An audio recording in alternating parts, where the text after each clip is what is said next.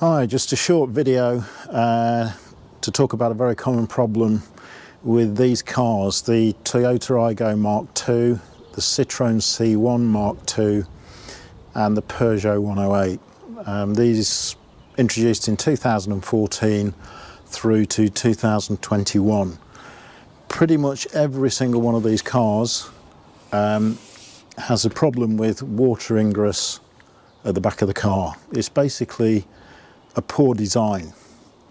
So the problem centres on this upper section of the hatch, which is made from two pressings. So we've got an upper pressing here and a lower metal pressing here, bonded together to form a sort of hollow triangular section.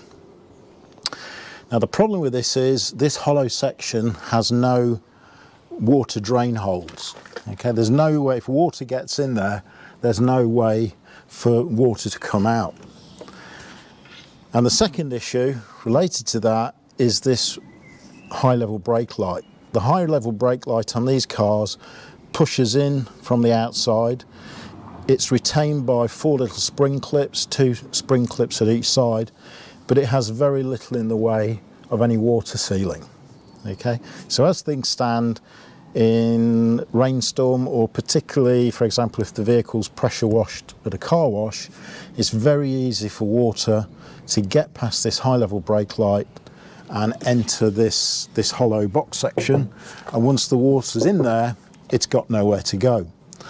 Things get even worse because what we have just here from this box section, we have a piece of flexible conduit which carries the cables through to the high level brake light. So water can actually flow through this piece of conduit and enter behind the headlining. And so you end up getting dampness in the headlining, and in severe cases, water will even drip down onto the rear seats. So basically it's a design flaw. So to address that, we need to do two things. We need to try and stop water entering around the brake light, and we need to give it somewhere to drain to if it does get in there. Now what we could do is we could pop out this high level brake light. They're pretty awkward to take out, but we could take it out and put a bead of silicone around there and then push it back into place. I'd prefer not to do that, because if you do that, you're effectively bonding the brake light in there. If you need to take it out in the future, the chances are that you might well break it. It's rather fragile. So what I do is to put a thin bead of silicone from the outside just around that brake light. There's a small gap of about 2 millimeters between the high level brake light and the metal pressing, so you can feed in a small bead of silicone. If you need to take the brake light out, you know, a sharp piece of plastic or even a long fingernail would just clear the silicone away, but it's enough to stop water ingress. The second thing we need to do is to allow the water to drain out. Now, Toyota have provided an access hatch.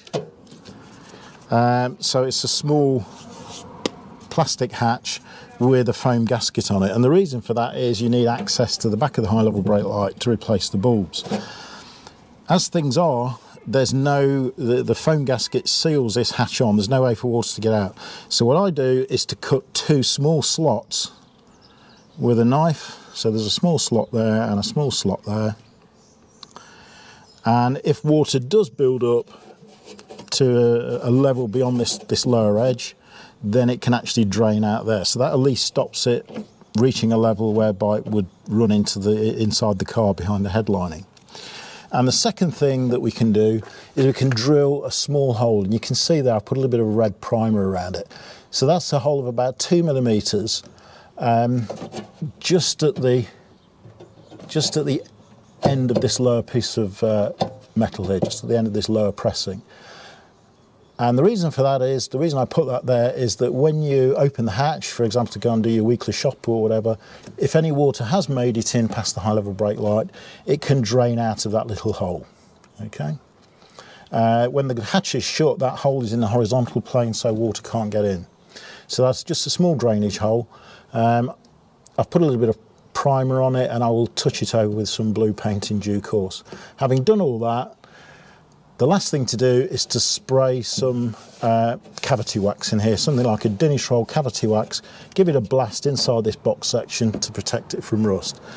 But by taking those 3 measures, a little bit of silicone around the high level brake light, cutting a couple of drainage slots in the gasket for the access hatch, and that small hole there, that should keep this section dry and free of corrosion and keep water out of your car.